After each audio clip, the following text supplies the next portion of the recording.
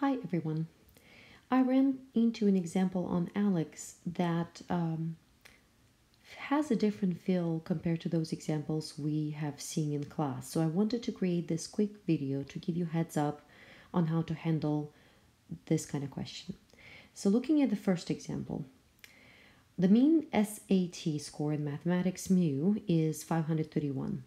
The standard deviation of these scores is 31. A special preparation course claims that its graduates will score higher on average than the mean score of 531. A random sample of 22 students completed the course and their mean SAT score in mathematics was 548. Assume that population is normally distributed. At the 0.01 level of significance, can we conclude that the preparation course does what it claims? Assume that the standard deviation of the scores of course graduates is also 31. I will not complete the entire problem. I just want to set up the hypotheses incorrectly. This first example looks like a very typical example we have seen through this week.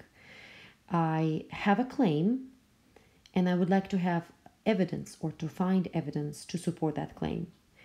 Until I have that evidence, I have to assume that the background information which we have right here, the mean SAT score in mathematics, is true. What I want to prove though, I want to see, can we conclude that the preparation course does what it claims? And what it claims is that the graduates of this course will score higher. So this is the claim. I'm trying to prove it using the sample data, and until I prove it, I am assuming that the null hypothesis of mu less than or equal to 531 is true. So this example is a very typical one. We have seen many of those in class during this week. This next example has a different feel to it, and this is the one that I think may cause some trouble for you. So I wanted to make sure you are aware of this particular twist in the verbiage. Let's read the story. A presidential candidate's aide estimates that among all college students, the proportion P who intend to vote in the upcoming election is at least 60%. If 121 out of a random sample of 210 college students expressed an intent to vote, can we reject the aide's estimate at the 0.05 level of significance? I have written two different setups. As you can see, I switched the roles of null hypothesis and alternative hypothesis by swapping these statements. One of them is right, one of them is wrong.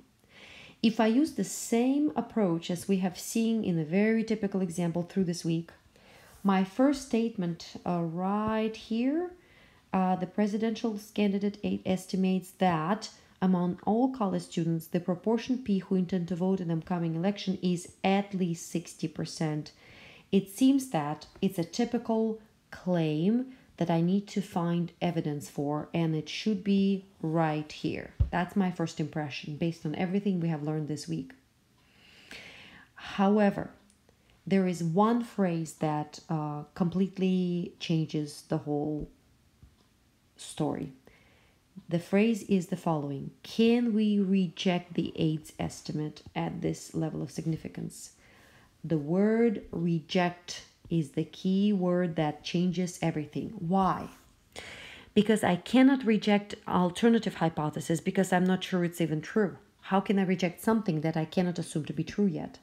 Remember, according to the definition of null and alternative hypothesis, null hypothesis is what we hold to be true until we can prove it otherwise. So null hypothesis is the only hypothesis I can reject or accept. So when you see a verbiage like this, can we reject the aide's estimate? It must be referring to the null hypothesis. So the statement, the candidate's aide estimates that at least 60% of college students intend to vote, must belong to the null hypothesis. Notice, proportion of college students who intend to vote is greater than or equal to 0.60 is this statement, at least 60%. That is a correct setup. This is a wrong setup.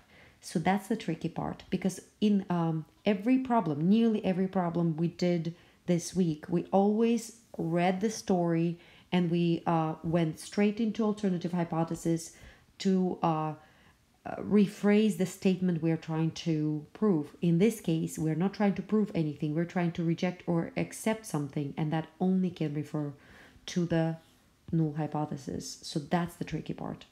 Alternative hypothesis will just have to follow and be the complement of the null hypothesis statement. So if null says greater than or equal to, alternative has no choice but to say less than. I hope this helps you and will eliminate some errors that you potentially could make while you're working on your homework this weekend.